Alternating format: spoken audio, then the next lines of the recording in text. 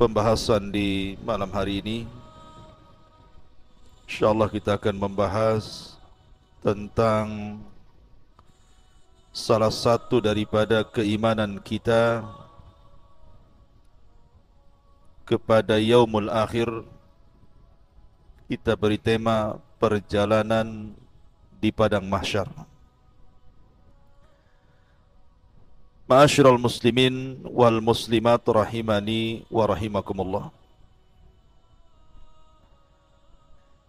Pembahasan ini penting sekali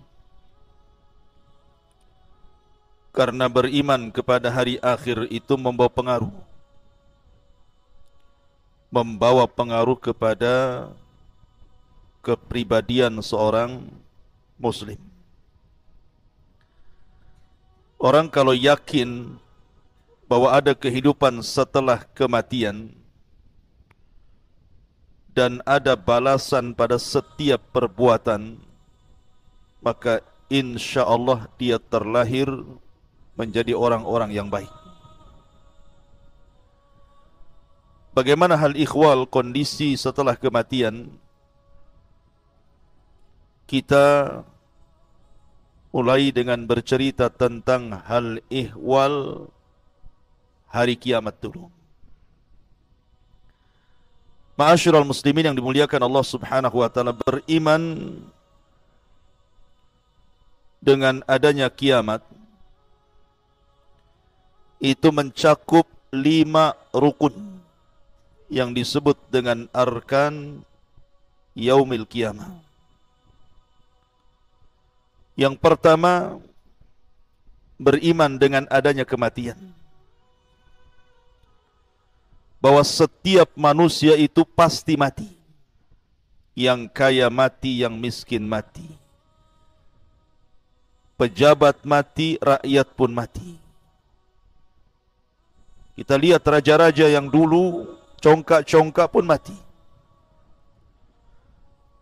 Maka kematian itu sebuah kepastian.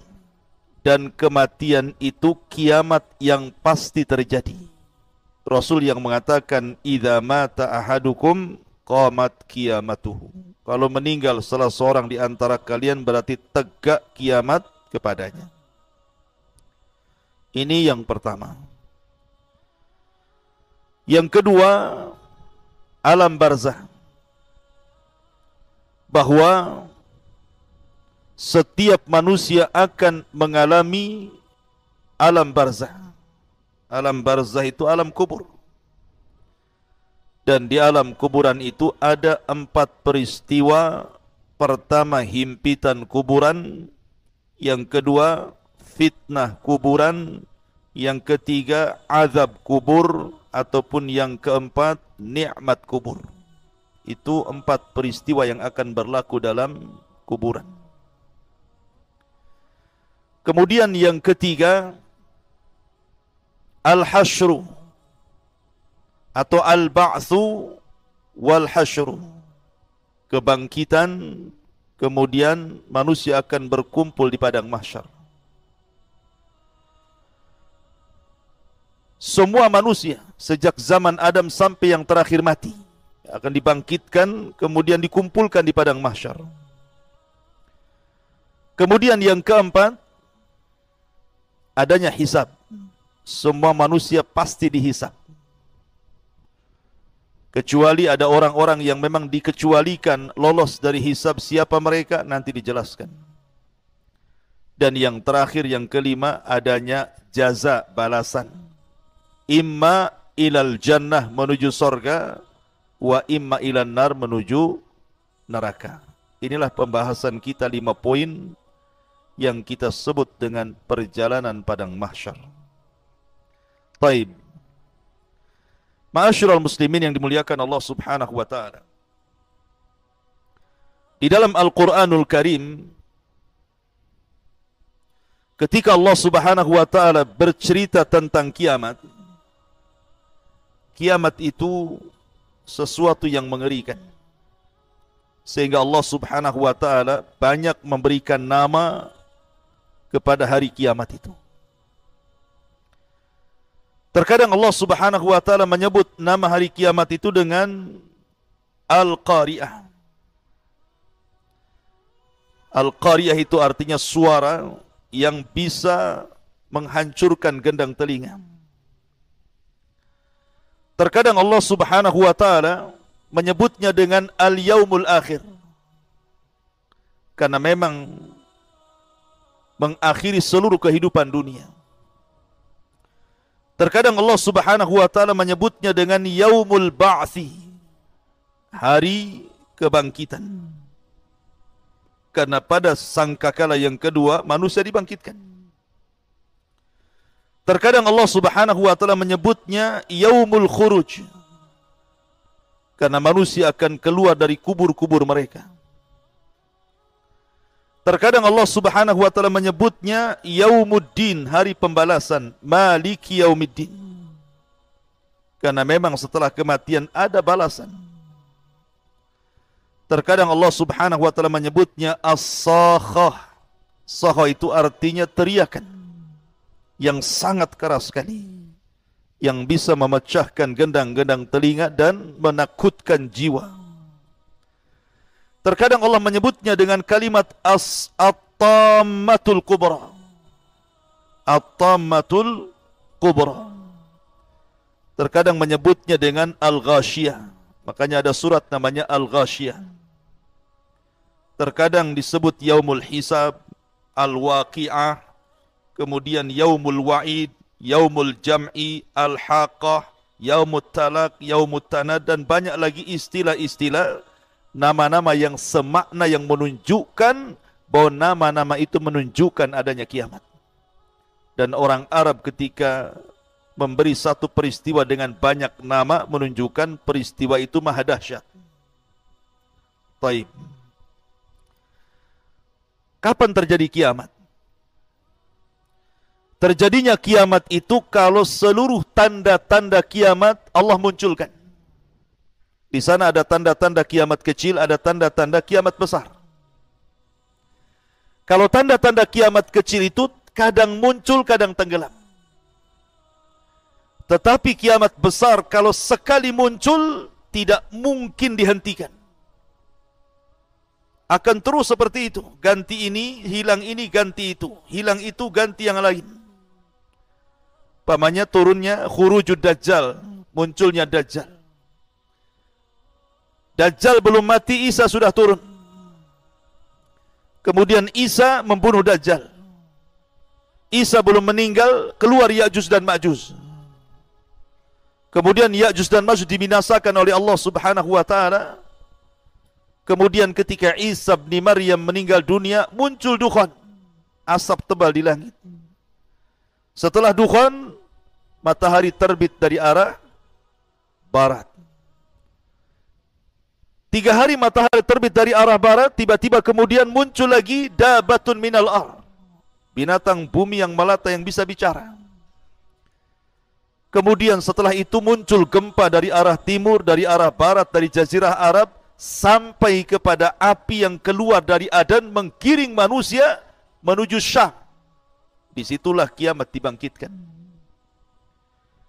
Dan kiamat dibangkitkan itu dimulai dengan suara Israfil meniup trompetnya, sangkakalanya.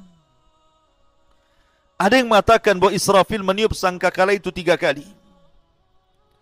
Tiupan kejutan yang pertama, tiupan kematian yang kedua, dan tiupan kebangkitan yang ketiga.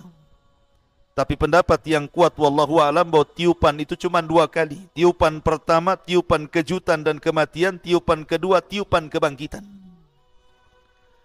Lah ketika Israfil meniupkan trompet itu, maka yang pertama kali meninggal adalah orang yang sedang memperbaiki tempat minum unta. Tiba-tiba pingsan kemudian mati. Kemudian disusul orang-orang yang di jalan-jalan, di pasar-pasar, di rumah-rumah.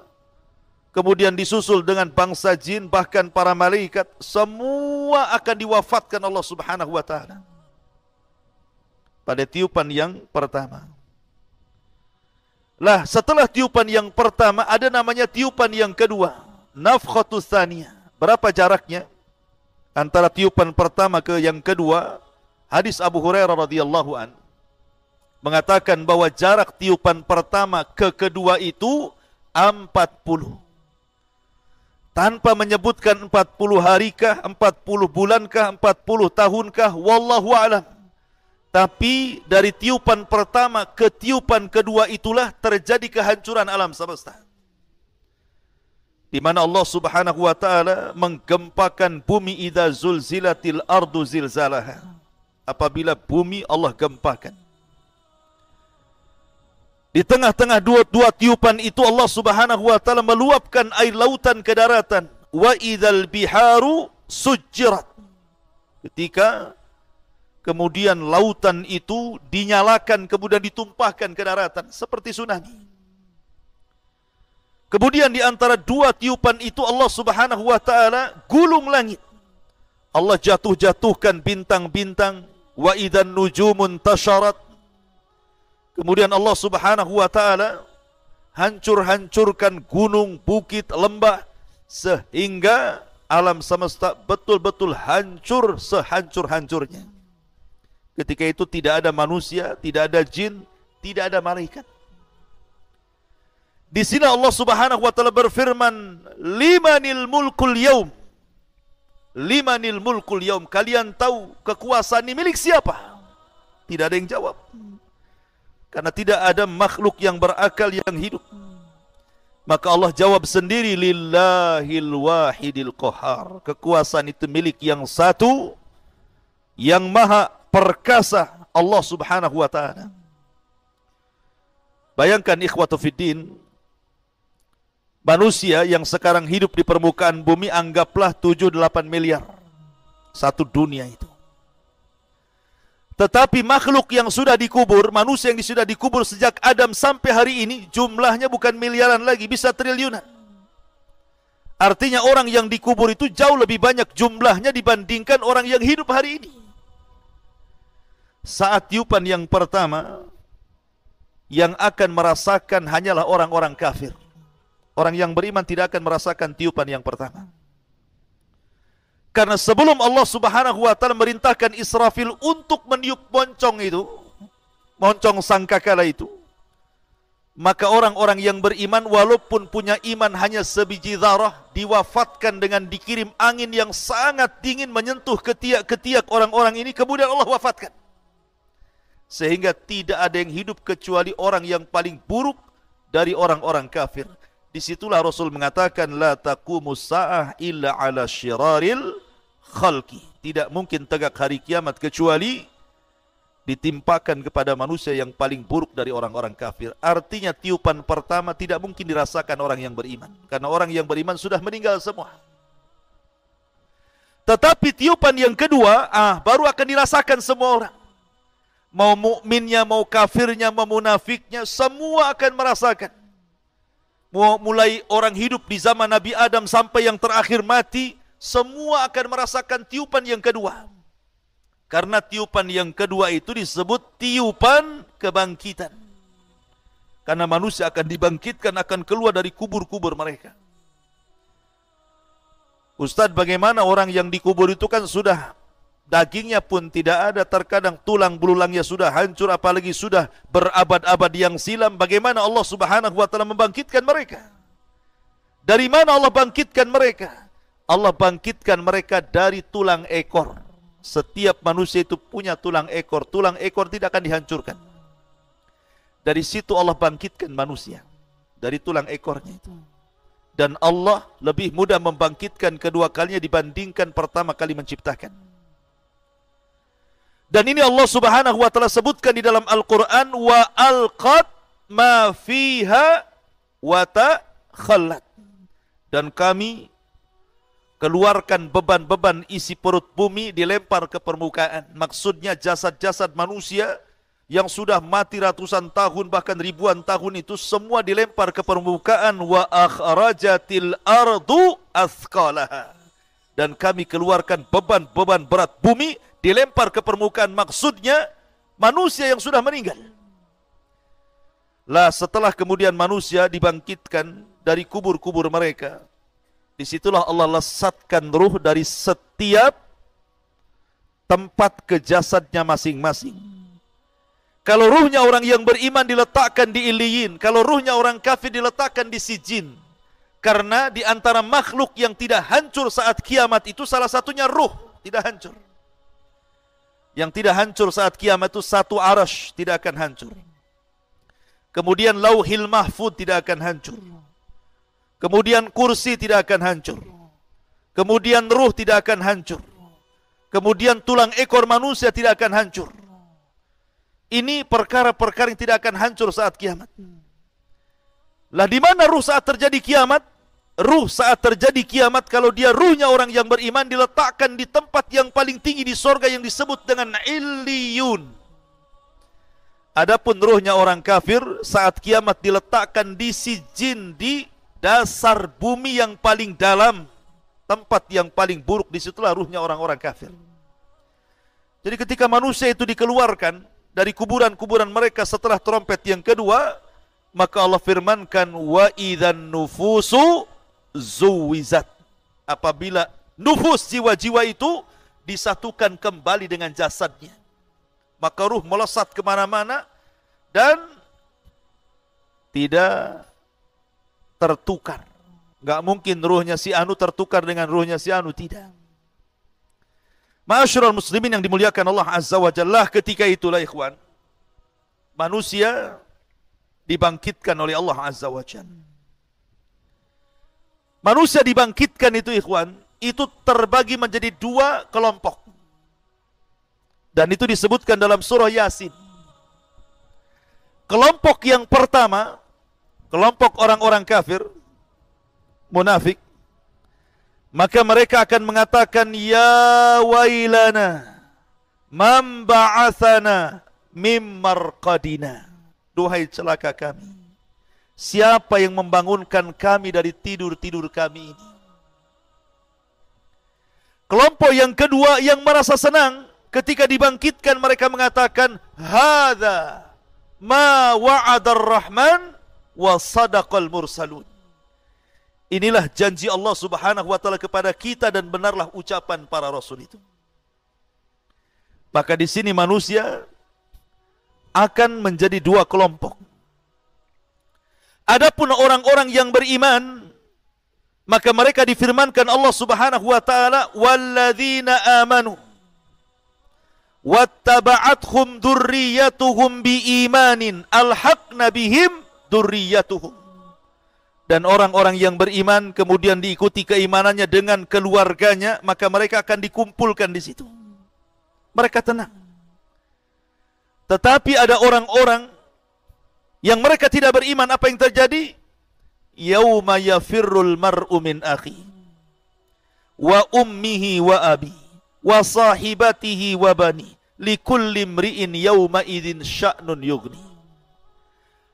Ada orang yang lari dari saudaranya, dari kawannya, lari anak dari orang tuanya, lari seseorang dari pasangan dan juga anak-anaknya, lari ke sana kemari, tidak ada tujuan. Karena ketika itu fala ansaba bainahum, tidak ada lagi nasab di antara mereka. Jadi orang itu sibuk sendiri-sendiri. Mereka lari ke barat, ke timur, ke utara, ke selatan, bingung mereka mau kemana.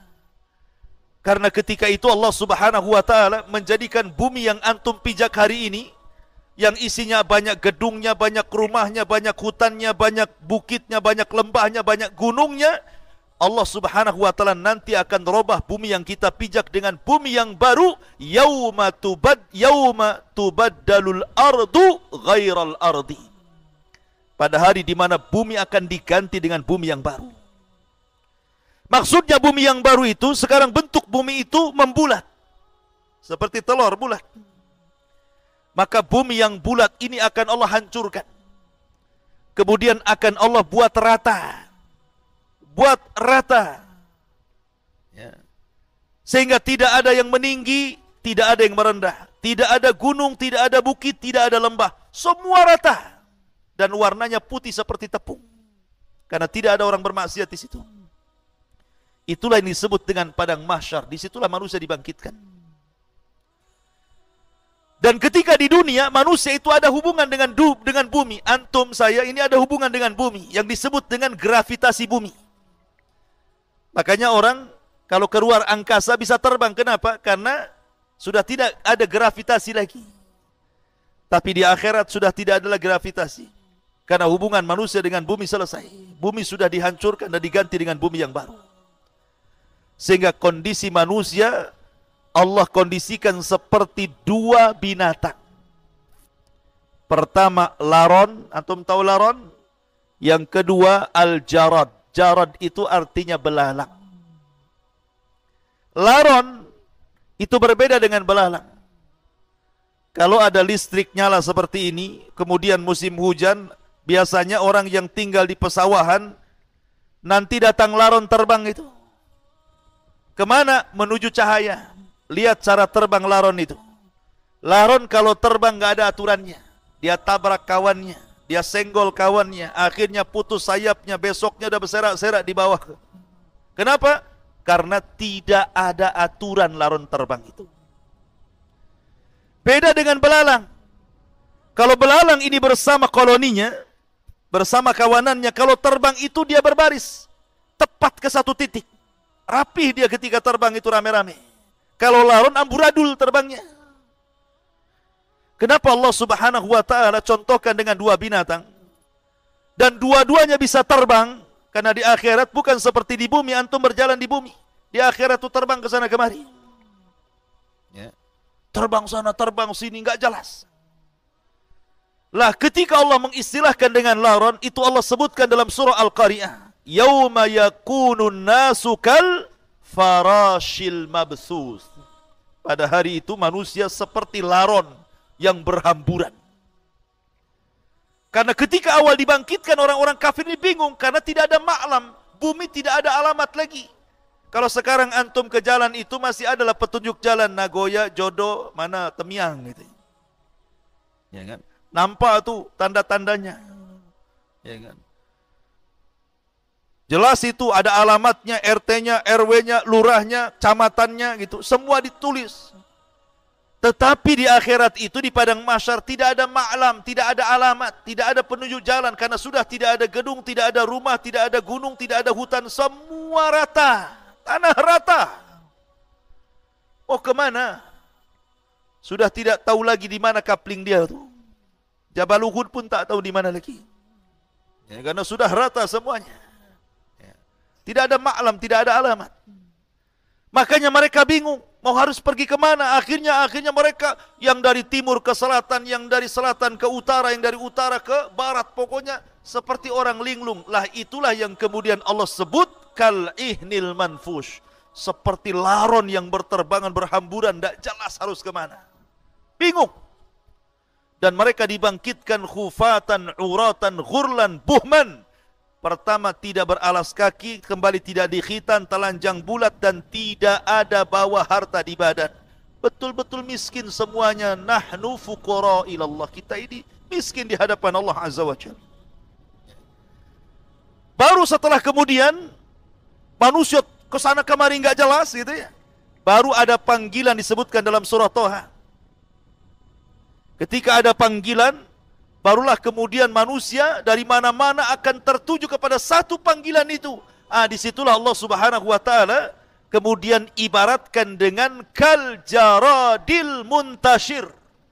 Maka mereka seperti belalang. Karena belalang aturannya jelas terbangnya menuju satu titik. Ya.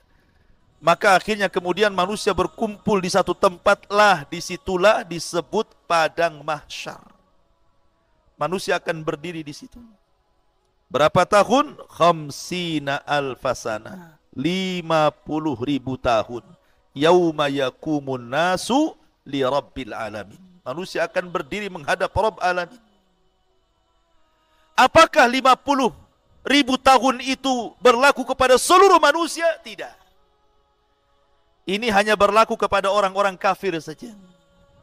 Karena orang-orang yang beriman, ada yang keluar dari kubur dibangkitkan direct masuk surga. Tidak ada hisab, tidak ada adab. Seperti Rasulullah SAW menggambarkan 70.000 orang yang masuk surga tanpa hisab dan adab. Mereka orang yang tidak minta ruqyah, tidak minta dikai besi panas yang disulut gitu ya. Kemudian mereka tidak tatoyur dan mereka senantiasa bertawakal kepada Allah Azza wa Jalla. Ini langsung direct masuk surga. Tidak ada hisab, tidak ada adab. Ataupun para syuhada yadkhulunal jannah bighairi hisab, masuk ke dalam surga tanpa hisab. Ada orang-orang itu yang direct masuk surga, enggak ada hisab, enggak ada adab. Sehingga mereka tidak harus kemudian tinggal di padang mahsyar bertahun-tahun lamanya. Tapi ada juga yang dihisab dengan hisab yang sulit, ya agak lama. Ada juga hisab yang mudah, ya agak cepat. Pokoknya tergantung amalannya di bumi. Karena kehidupan akhirat itu yang menentukan kebahagiaan ketika sekarang ini kita hidup di bumi. Faman ya'mal mithqala dzarratin khairan yara wa man ya'mal mithqala dzarratin syarran yara. Ma'asyiral muslimin wal muslimat rahimani wa rahimakumullah. Lah ketika manusia berkumpul di padang mahsyar, apa yang terjadi? Allah Subhanahu wa taala akan datang menemui mereka. Wa jaa'a rabbuka wal malaku saffan saffa. Maka Rabbmu akan datang sementara malaikat berbaris-baris bersaf-saf itu. Lah ketika itu Allah Subhanahu wa taala memanggil makhluk yang disebut dengan Jahannam. Waji'a bi Jahannam yauma idzin yatadzakkarul insan anna lahu dzikra. Didatangkan neraka Jahannam. Jahannam ini memiliki 70.000 tali kekang. Dan setiap satu tali kekang dipegang oleh 70.000 malaikat. Anda bisa bayangkan? Jahannam ini ditarik memiliki 70.000 tali untuk nariknya itu. Sementara setiap tali itu ditarik oleh 70.000 malaikat. Besar sekali Jahannam itu. Ya. Kemudian ditampakkan di hadapan manusia. Ketika kemudian ditampakkan di hadapan manusia, disinilah manusia terbagi menjadi 3 kelompok. Kelompok yang pertama disebut kelompok al-muqarrabun. Kelompok muqarrabun. Orang-orang yang dekat dengan Allah Subhanahu wa taala. Maka mereka langsung diangkat oleh Allah Azza wa Jalla, dijauhkan dari Jahannam, kemudian diletakkan di bawah arsy Allah Subhanahu wa taala. Kemudian kelompok yang kedua yang disebut Ashabul Yamin diangkat juga, dijauhkan dari Jahannam sehingga Jahannam berawal di bawahnya. Tetapi ada kelompok yang disebut dengan zalimul nafsi. Mereka akan tetap berada di situ, dikitari dan dikelilingi oleh neraka Jahannam, naudzubillah. Mereka itulah yang akan merasakan hisab Allah Subhanahu wa taala. Lah ketika Jahannam itu sudah dibentang di hadapan manusia, disitulah Allah akan letakkan satu jembatan menuju sorga yang disebut dengan as-sirat. Makanya ulama akidah ketika memberikan makna sirat itu jisrun mamdudun fauqa jahannam. Sebuah jembatan yang diletakkan di tengah-tengah Jahannam. Jadi kalau orang jatuh dari titian itu langsung nyemplung ke Jahannam, 70 tahun baru sampai ke dasarnya. Ma'asyiral muslimin yang dimuliakan Allah Azza wa Jalla. Ketika itulah manusia akan ditanya 4 perkara. Nabi SAW bersabda, la tazulu qadama abdin hatta yus'al an arba, an umrihi fima afna, wa an shababihi fima ablah, wa an ilmihi fima amila fi, wa an malihi min aina iktasabahu wa fima anfaqahu. Sebelum kaki anak Adam bergeser untuk naik ke titian itu, maka belum lagi diangkat kakinya, ditanya 4 perkara. Pertama, umur, kemana kau habiskan? Kedua, masa muda, kemana kau lampiaskan? Ketiga, ilmu, sudahkah kau amalkan? Keempat, harta, dari mana kau dapat, kemana kau belanjakan? Semua akan ditanya. Ma'asyiral muslimin yang dimuliakan Allah Azza wa Jalla. Di sinilah ada proses hisab yang cukup melelahkan, cukup panjang. Di antaranya manusia akan diterbangkan catatan-catatan amalnya. Ada catatan umum, setiap para nabi punya catatan dengan kaumnya. Dan ada catatan masing-masing, semana kita ini punya catatan sampai ada namanya hadis bitaqah. Orang membawa di hadapan Allah 99 catatan, kata Allah, bentangkan catatanmu. Dibentangkan baru satu, rupanya kesalahannya catatannya sejauh mata memandang. Antum tahu kalau antum masuk ke sebuah minimarket, kemudian antum belanja semua satu minimarket itu, kemudian keluar struknya, kertasnya itu. Belanjanya 1, 2, 3, sejauh mata memandang. Nah, itulah amal buruknya. Ini detik ini, jam ini, hari ini saya berbuat ini. Ini detik ini, jam ini, tahun ini. Semua sampai sejauh mata memandang, semua kesalahannya. Sehingga Allah mengatakan, periksa. Adakah malaikat saya salah tulis? Dia mengatakan tidak ya Rabb, semua ini betul. Kenapa? Karena nanti di akhirat itu salah satu keunggulannya, manusia akan dikembalikan hafalannya. Kalau di bumi ini, kadang-kadang apa yang antum perbuat 1 bulan, 1 tahun yang lalu sudah lupa kalau antum pernah gampar orang itu. Kalau antum pernah ngutang orang, ngambil barang orang, udah lupa. Tapi di akhirat nanti semua diingatkan. Nggak akan ada yang tersisa dari sebuah maksiat kecuali ditampakkan. Begitulah hisab. Adapun orang-orang ketika ini, catatan itu diterbangkan, kemudian Allah menyuruh untuk mengambilnya, ada orang-orang yang mengambil dengan tangan kanan. Sehingga dengan bangganya dia mengatakan, Ha'umuqra'u kitabiyah. Oh, lihat catatanku, baca. Karena dia senang, isinya pasti kebaikan. Ha'umuqra'u kitabiyah. Tapi ada orang yang mengambil dengan tangan kirinya, maunya dilempar saja karena tahu dia isinya, catatannya semua keburukan. Ada yang mengambil dengan tangan kiri sebelah punggung, susah diambil. Karena orang itu terbagi 3. Pertama, mukmin mengambil dengan tangan kanan, kafir dengan tangan kiri, munafik dengan tangan kiri di sebelah punggungnya. Begitulah manusia. Kemudian di sana juga nanti ada proses mizan, timbangan. Semua akan ditimbang. Dan timbangan itu menentukan kebaikan orang dan menentukan keburukan orang. Fa amma man thaqulat mawazinuhu fa huwa fi 'ishatir radiyah. Wa amma man khaffat mawazinuhu fa ummuhu hawiyah wa ma adraka ma hiyah narun hamiyah. Jadi semua akan ditimbang itu. Baik badannya, baik catatannya, baik amalannya, semua akan ditimbang. Dan yang menentukan berat dan tidaknya timbangan itu bukan berat badan. Kalau berat badan yang gemuk, antum yang untung, yang kurus yang rugi.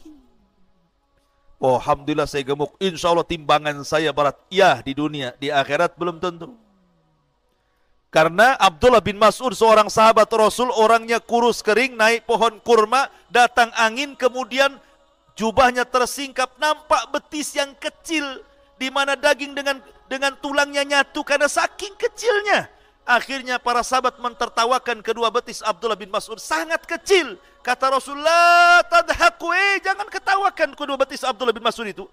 Karena kedua betis itu kalau ditimbang di satu neraca gunung Uhud, di neraca satunya, maka 2 betis Abdullah bin Mas'ud jauh lebih berat dibandingkan gunung Uhud. Artinya bahwa yang menjadikan berat bukan badan, tetapi amalan dan catatan. Lalu apa yang bisa memberatkan timbangan, ikhwan? Banyak. Ya, salah satunya apa? Salah satunya zikrullah. Orang yang senantiasa berzikir itu, ikhwan, itu bisa memberatkan timbangan. Rasul mengatakan apa? Kalimatani khafifatani thaqilatani fil mizani habibatani ala rahmani subhanallah wa bihamdihi subhanallahil azim. 2 kalimat kata Rasul, ringan di lisan, berat dalam timbangan, dicintai Ar-Rahman, subhanallah wa bihamdihi subhanallahil azim. Sampai ada satu cerita, ada seorang kakek di Saudi sana. Kakek sudah tua renta, namanya kakek kan tua. Kalau muda tidak disebut kakek lah. Jadi seorang kakek ini habis sholat, kakek orang awam, tapi rajin sholat. Ketika habis sholat, dia datang kepada seorang imam yang mengimami sholat dan mengatakan, ya imam, ajarkan kepadaku satu hadis Nabi yang bisa ku amalkan dan ku dakwahkan. Imamnya terperanjat, kok tumben-tumben ada jamaah sholat tanya soal agama. Akhirnya imam pun menjawab dengan hafalannya. Dia teringat dengan hadis tadi. Oh iya, aku teringat Nabi SAW bersabda, kalimatani, dua kalimat, khafifatani, keduanya ringan, thaqilatani fil mizani, tapi berat dalam timbangan, habibatani ala rahman, dicintai ar-Rahman Allah, subhanallah wa bihamdihi, subhanallahil azim. Wah, senang kakek ini dapat hadis ini. Pulang dia dari masjid, ketemu orang di jalan, hei sini, saya akan bacakan sabda Nabi, kalimatani khafifatani ala lisani, thaqilatani fil mizani, habibatani ala rahman, subhanallah wa bihamdi, subhanallahil azim. Sudah. Ketemu orang lagi, dibacakan lagi. Ketemu orang lagi, dibacakan lagi. Sampai di rumah dikumpulkan keluarganya, dengarkan keluargaku, Rasul bersabda, disebutkan hadis tadi. Pokoknya masuk pasar disebutkan hadis ini. Setiap ketemu orang disebutkan, tidak ada satu orang yang ditemui kecuali bacakan hadis ini. Sampai akhirnya kemudian dia pun sakit, kemudian koma 5 hari. Ketika koma ini, ketika di hari kelima dia siuman, yang pertama kali dipanggil bukan keluarganya, aina dokter, di mana dokter? Kenapa? Karena hanya dia yang belum dibacakan hadis ini. Ketika siuman, aina dokter, di mana dokter, katanya. Keluarganya senang, panggil dokter, dokter. Kakek saya siuman, dokternya datang, dipegang tangannya, ya dokter, Nabi bersabda, kalimatani khafifatani ala lisani, thaqilatani fil mizani, habibatani ala rahmani, subhanallah wa bihamdihi, subhanallahil azim. Ketika dia mengucapkan subhanallah wa bihamdihi, subhanallahil azim, sambil memegang tangan dokter, hilang nyawanya, meninggal dunia. Di atas kalimat subhanallah wa bihamdihi, subhanallahil azim. Berat timbangan. Maka zikir kepada Allah pemberat timbangan. Yang kedua, husnul khuluq. Ma min syai'in athqal fil mizan min husnil khuluq. Tidak ada sesuatu yang bisa memberatkan timbangan melebihi baiknya akhlak. Dan akhlak itu tercermin dari anggota badan. Nih, kalau antum dikatakan berakhlak, maka 3 anggota badan ini menunjukkan akhlak antum. 1 dari leher ke atas disebut kepala. Kepala ada mata, kepala ada telinga, kepala ada hidung, kepala ada lisan, kepala ada otak. Kalau semuanya baik, berakhlak antum kepalanya. Ya. Matanya memandang, tidak pernah melotot, dan dia pandang dengan pandangan yang halal. Kemudian bibirnya tersenyum, setelah memandang tersenyum, maka senyumnya menjadikan sedekah. Tabassumuka li akhika sadaqah. Senyum kamu kepada saudaramu sedekah, maka jangan bakhil senyum. Sulaiman saja melihat ada rombongan semut, kemudian ketuanya rombongan semut mengatakan kepada semut, ya ayyuhan namla udkhulu masakinakum la yakhtimannakum Sulaiman wa junuduhu wa hum la yash'urun. Kata ketua semut, hei semut-semut anak buahku, cepat masuk rumah-rumah kalian. Sulaiman tentaranya sudah akan datang. Kalau mereka menginjak, kalian akan mati. Dan mereka tidak sadar sedang menginjak kalian. Ucapan kepala semut didengar Sulaiman, fatabassama dhahika min qauliha. Maka Sulaiman pun tersenyum, kemudian tertawa karena ucapan semut. Dia pandang semut, dia senyum ke semut. Ya. Tapi jangan antum senyum ke semut. Ada semut senyum ngapain? Ini mencontohkan Nabi Sulaiman katanya. Maksudnya begini, jangan mudah atau jangan susah untuk melempar senyum. Karena biasanya kalau orang jarang senyum, sekali senyum dipertanyakan, ngapain kok senyum orang itu? Ada apa kok tiba-tiba senyum? Gila ya katanya. Karena jarang senyum. Sekali senyum dipertanyakan senyumnya tuh. Jadi senyum itu bagian daripada akhlak. Habis memandang tidak melotot, habis tersenyum, manis senyumnya, baru mengeluarkan untayan kata-kata yang indah, yang mutiara, yang santun. Rasul mengatakan, man kana yu'minu billahi wal yaumil akhir falyaqul khairan aw liyasmut. Itu akhlak namanya. Tidak memandang kecuali yang baik, tidak mencium kecuali yang halal, tidak berpikiran otaknya yang negatif, semua positif, tidak suudon sama orang. Berarti kepala kita berakhlak. Kemudian tangan mudah membantu, ada saudaranya bantu, ada saudaranya diangkat, memberi. Itulah tangan, akhlaknya tangan. dan juga badan. Badan ini dari leher ke bawah, kalau antum ngobrol, jangan pula dia ngadap kita, kita pula ngadap tembok. Itu tidak berakhlak badan kita. Ya, jadi itu akhlak. Akhlak itu pemberat timbangan. Kemudian yang ketiga, di antara pemberat timbangan orang yang mengantarkan jenazah. Siapa yang mengantarkan jenazah sampai menyolatkan, maka dia dapat 1 qirat.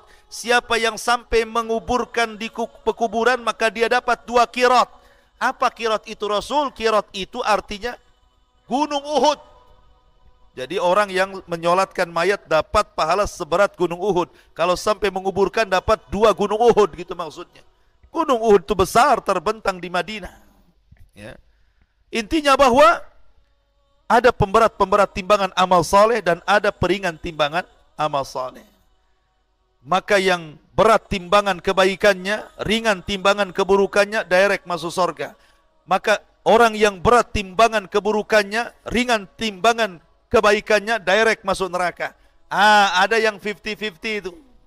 50% kebaikannya, 50% keburukannya, maka ini disebut Ashabul A'raf. Makanya ada namanya Suratul A'raf, orang yang 50-50 itu. Mereka orang yang terakhir dihisab, tetapi ujung-ujungnya masuk surga karena syafaat. Ma'asyiral muslimin, para santri, ikhwan dan akhwat yang dimuliakan Allah Subhanahu wa taala. Kembali ke padang mahsyar. Ini proses hisab namanya. Jadi manusia itu, ikhwan, coba perhatikan, jangan ribut. Perhatikan dulu. Jangan ngadap sana, sini ngadap sini. Itu siapa itu? Ngadap sini. Antum ustadznya di mana? Ya. Jadi kondisi padang mahsyar itu, manusia akan dibangkitkan di padang mahsyar. Padang mahsyar ini, ikhwan, adalah padang yang sangat luas. Ketika manusia berdiri di padang mahsyar, apa yang terjadi? Matahari dan bulan itu yang disatukan oleh Allah akan diletakkan di atas kepala. Makanya saat kiamat yang tidak jatuh itu cuma matahari dan bulan. Semua bintang dan planet berjatuhan dan bertubrukan, dihancurkan, kecuali matahari dan bulan. Karena Allah mengatakan wajumi asyamsu wal qamar. Maka Allah akan kumpulkan matahari dan bulan jadi satu. Tidak dihancurkan. Karena akan dibawa kepada padang mahsyar dan akan diletakkan 1 mil di atas kepala. Disitulah keringat bercucuran. Saking banyaknya keringat, ada yang tenggelam 1 betis, ada yang tenggelam 1 pusar, ada yang tenggelam 1 dada, ada yang hampir tenggelam dengan kepala-kepalanya. Saking panasnya, keringat terus bercucuran. Dan kondisi mereka tidak bisa duduk, tidak bisa baring. Mereka hanya bisa berdiri saja, tidak ada makanan, tidak ada minuman. Ketika itulah mereka bingung harus apa yang mereka lakukan. Sehingga mereka kemudian bertanya kepada orang-orang berakal di antara mereka, setiap kaumnya, setiap zamannya, setiap masanya, berkumpullah orang-orang yang berakal itu. Kemudian mereka mengatakan, kenapa kita tidak datang kepada Nuh alaihi salatu wassalam? Cobalah kita minta syafaat. Rupanya mereka datang ke Nuh dan mengatakan, Nuh awalnya kepada Nabi Adam dulu. Cobalah kita datang kepada Nabi Adam. Dia kan bapak kita. Boleh jadi dia bisa menolong kita. Akhirnya datang dulu pertama kali ke Nabi Adam dan mengatakan, ya Adam, engkau bapak kami. Allah ciptakan dengan kedua tangannya. Allah tiupkan rohnya langsung kepadamu. Malaikat sujud semua kepadamu. Tolonglah. Lihat kami. Kami ini sudah kepanasan, lelah, letih. Minta kepada Allah agar engkau perantara syafaat bagi kami. Tapi Adam mengatakan, tidak bisa. Aku pernah berbuat salah. Gara-gara makan buah larangan, aku diusir dari sorga. Kau pergi kalian ke Nuh sana. Boleh jadi Nuh bisa menolong kalian. Nafsi-nafsi, kata Adam. Urus diri kalian, urus diri kalian. Datanglah ke Nuh. Nuh, kamu ini Rasul yang pertama. Nuh, kamu ini Rasul yang pertama. Tolonglah. Lihat kondisi kami. Ya. Ala tara ila ma nahnu fihi. Ud'u ila rabbik. Tidakkah kau iba melihat kondisi kami? Berdoalah kepada Rabbmu ya Nuh agar memberikan syafaatnya kepada kami. Tapi Nuh mengatakan, tidak, aku tidak bisa karena aku pernah berdoa kehancuran kepada kaumku. Rabbi la tadhar alal ardi minal kafirin dayara. Nuh pernah mengatakan, ya Rabb, jangan kau sisakan 1 jiwa orang kafir kecuali kau binasakan. Sebaiknya kau datang ke Ibrahim sana. Datang manusia ke Ibrahim alaihi salatu wassalam, abul anbiya. Ya Ibrahim, lihat kondisi kami. Berdoalah kepada Allah agar Allah memberikan syafaat kepada kami. Kata Ibrahim, aku tidak bisa karena aku pernah berdusta 3 kali dusta. Pertama saat hijrah dengan Sarah ke Mesir. Dia katakan kepada Sarah, hei Sarah, jangan katakan kepada para prajurit raja, kalau kau istriku, katakan kau saudariku. Ini bohong yang pertama. Bohong yang kedua, ketika menghancurkan patung-patungnya, kemudian diletakkan di palunya di patung yang besar, ditanya Namrud, engkau yang melakukan ini wahai Ibrahim? Kata Ibrahim, enggak, yang melakukan itu yang paling besar. Bohong yang kedua. Bohong yang ketiga, Ibrahim diajak pesta oleh ayahnya ke pesta Namrud. Tapi Ibrahim tidak mau, sehingga dia mengatakan, ini sakim, aku lagi sakit, padahal tidak sakit. Maka itu bohong ketiga. Aku pernah bohong 3 kali. Sebaiknya kau datang kepada Musa. Datanglah manusia ke Musa, ya Musa tolonglah kami, berdoalah kepada Rabbmu, tidakkah kau melihat, tidak kau iba macam-macam. Kata Musa, aku tidak bisa karena aku pernah membunuh masalahnya, walaupun tanpa sengaja. Ketika ada 2 orang anak muda, satu dari Bani Israel, satu dari kaum Fir'aun berkelahi. Kemudian anak muda dari Bani Israel mengatakan, ya Musa unsurni, tolong aku. Maka Musa pun menolong anak muda Bani Israel. Diserang sama kaum Kipti, ditangkis sama Musa. Tangkisannya membuat orang itu mati. Baru nangkis sudah mati. Bagaimana kalau nyerang tuh? Ya. Artinya Musa membunuh tidak sengaja. Aku tidak bisa pernah membunuh orang. Lebih baik datang kepada Isa. Datang semua kepada Isa. Isa tidak menyebutkan alasannya, tapi Isa mengatakan sudah datanglah kepada Muhammad sallallahu alaihi wasallam. Datang mereka kepada Rasul sallallahu alaihi wasallam. Kata Rasul, analah kan ku coba. Maka Rasul akhirnya mencoba menghadap Allah, sujud di bawah arsy, lama sujudnya. Akhirnya Allah mengatakan, ya Muhammad, irfa ra'sak. Angkat kepalamu, qul tuzma. Sal tu'ta, ishfa tu syafa. Katakan kau didengar, minta kau diberi, mintalah syafaat, ku beri kau syafaat. Dari situlah Rasul satu-satunya Nabi yang memberikan syafaatul udma di padang mahsyar. Ya. Ma'asyiral muslimin yang dimuliakan Allah Azza wa Jalla. Maka ketika itu manusia akan dikelompokkan dengan sesembahannya masing-masing. Yang nyembah akar akan dikelompokkan dengan para penyembah akar. Yang nyembah ular kubra akan dikumpulkan dengan para penyembah ular kubra. Yang nyembah gajah juga sama. Yang nyembah berhala sama. Yang nyembah lembah juga sama. Dikumpulkan bersama sesembahannya. Dan ketika itu sesembahan yang merasa bisa menolong di dunia, Allah katakan, ini sesembahan kalian, amintalah tolong kalian kepada sesembahan kalian. Tidak bisa sesembahan itu menolong. Karena mereka tidak mendatangkan manfaat, juga tidak bisa mencegah madarat. Ketika itulah mengatakan, wasiqal ladzina kafaru ila jahannama zumara. Allah kiring orang-orang kafir masuk ke neraka jahanam. Sehingga ketika sudah tidak ada orang kafir lagi di padang mahsyar, karena orang kafir tidak sempat masuk ke titian, mereka sudah masuk ke neraka semua, tinggal ada 2 kelompok, mukmin dan munafik. Disitulah mereka diuji untuk menyeberang sirat titian itu. Maka seorang mukmin, Rasul yang pertama kali nyeberang, kemudian nunggu di ujung. Setiap ada umatnya lewat, Rasul berdoa, Allahumma salim salim, ya Allah selamatkan umatku, selamatkan umatku.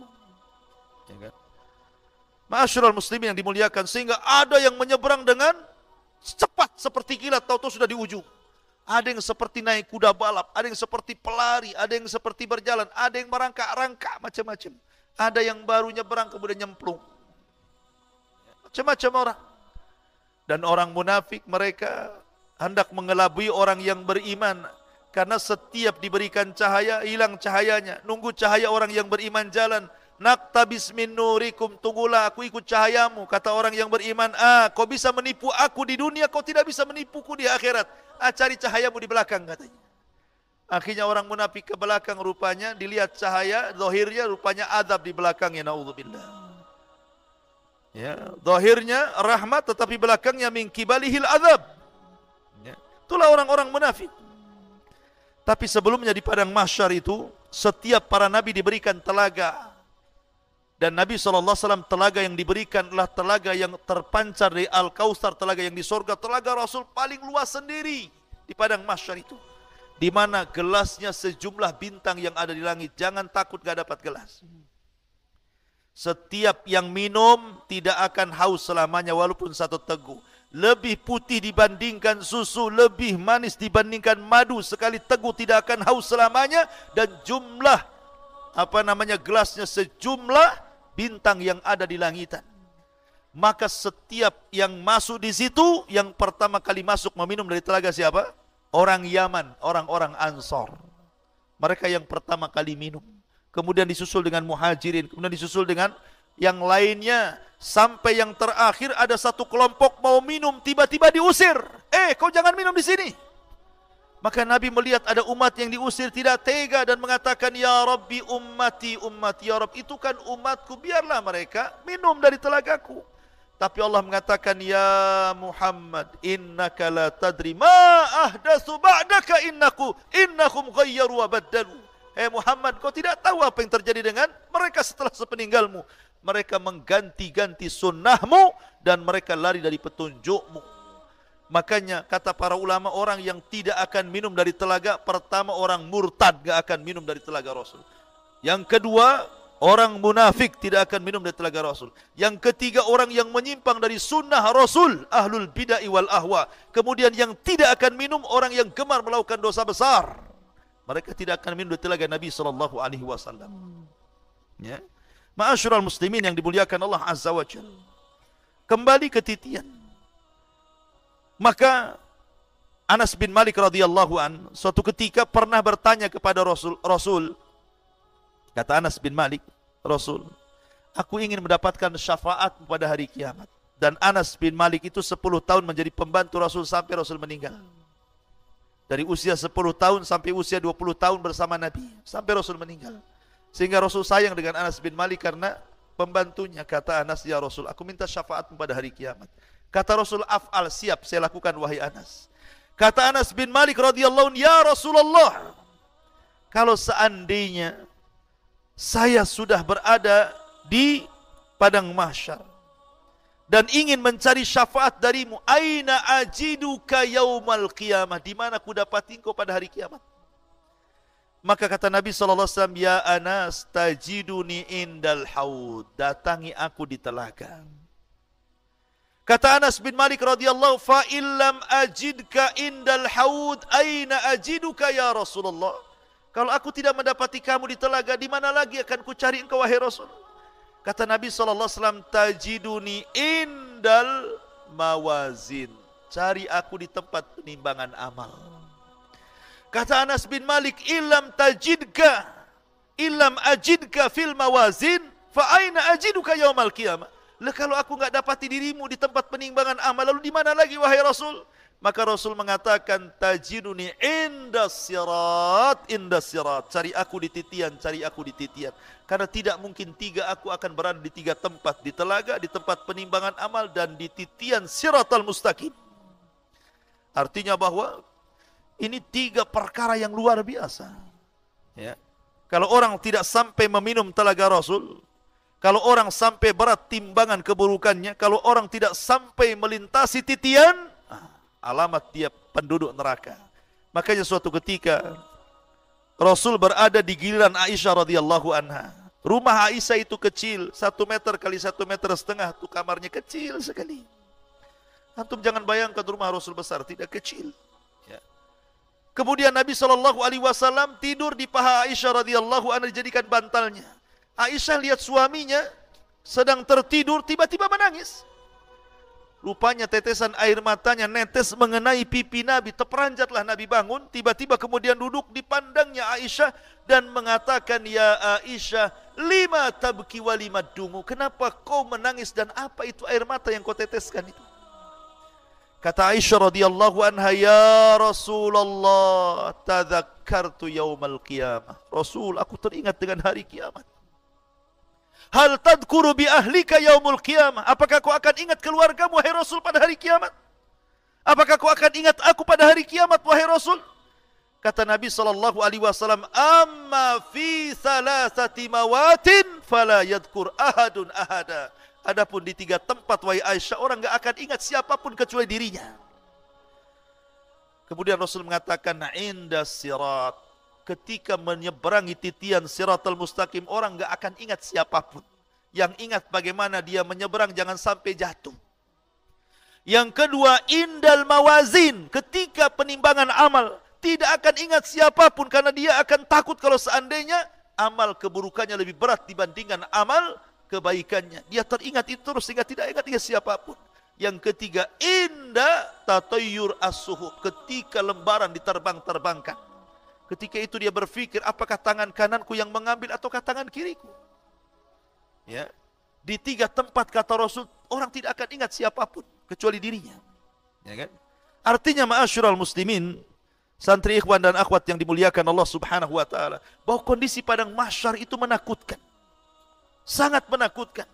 Maka antum jangan kemudian berleha-leha di dunia ini. Antum kira setelah kematian itu beristirahat. Tidak. Kadang ada orang aneh ngantar jenazah ke kuburan, ngomongnya gimana? Yuk kita antar jenazah ini ke tempat peristirahatan yang terakhir. Kalimat ini bukan hanya keliru tapi salah. Ya. Kenapa? Karena orang dikubur bukan beristirahat. Enak saja orang kubur istirahat. Orang masuk kuburan itu ditanyai apa yang sudah dikerjakan di bumi. Bukan untuk beristirahat. Makanya orang kadang-kadang untuk mengakhiri hidup susah di dunia, makan racun serangga sampai akhirnya mati kutu gitu ya. Karena bunuh diri, orang ini stres. Dikiranya dengan mati itu menyelesaikan urusan, justru urusannya jauh lebih besar karena orang bunuh diri itu dikekalkan di neraka, maksudnya dilamakan nerakanya. Walaupun dia dikeluarkan kalau dia seorang mukmin. Ma'asyiral muslimin yang dimuliakan Allah Azza wa Jalla, intinya bahwa kehidupan padang mahsyar ini luar biasa. Luar biasa. Makanya kenapa kita selalu diingatkan oleh Nabi SAW, di dunia ini banyak pelajaran. Banyak pelajaran yang bisa mengingatkan kita kepada kehidupan akhirat. Contoh, matahari. Di siang hari ketika kita matahari kemudian terik panas kepada kita, ini sebenarnya kita diingatkan bahwa nanti di akhirat jauh lebih panas. Ya. Kalau sekarang ini matahari ini jauh dari bumi, tetapi Allah letakkan di porosnya. Sebab matahari ini kalau jauh dari porosnya, ini poros matahari, ini bumi umpamanya ya. Ini matahari kalau menjauh dari porosnya, beku bumi itu. Tapi kalau mendekat dari bumi, terbakar bumi itu. Makanya matahari tepat di porosnya. Itulah kuasa Allah Azza wa Jalla. Tidak menjauhkan, tidak mendekatkan. Sebab kalau jauh, beku. Kalau dekat, terbakar. Ditempatkan di porosnya. Ya. Banyak. Kalau kita melihat api, kalau orang berpikirnya, api itu dijadikan tadzkirah kan itu. Allah mengatakan dalam Al-Quran itu, afara'aitumun nar allati turun a'antum ansha'tum syajarataha am nahnu munsyi'un nahnu ja'alnaha tadzkiratan, kata Allah kan. Tidakkah kau lihat api yang menyala kalau ada kebakaran? Ya. Tidakkah kau perhatikan api-api yang menyala itu? Apakah kami yang menghidupkan atau kalian? Itu semua kami jadikan peringatan bagi kalian. Maksudnya bahwa akan ada api yang jauh lebih besar daripada api dunia, gitu maksudnya. Jadi semua dunia ini sebenarnya bisa dijadikan pelajaran akan ketebalan keimanan kita kepada hari akhir. Cuman kita saja kadang-kadang tidak peka, ya kan? Makanya sudah nyantai saja. Nah, jadi ini diantara pembahasan kita perjalanan di padang mahsyar. Banyak pembahasan. Cuman karena kita mau bagi-bagi hadiah, maka cukup sampai di sini kajiannya, kita mulai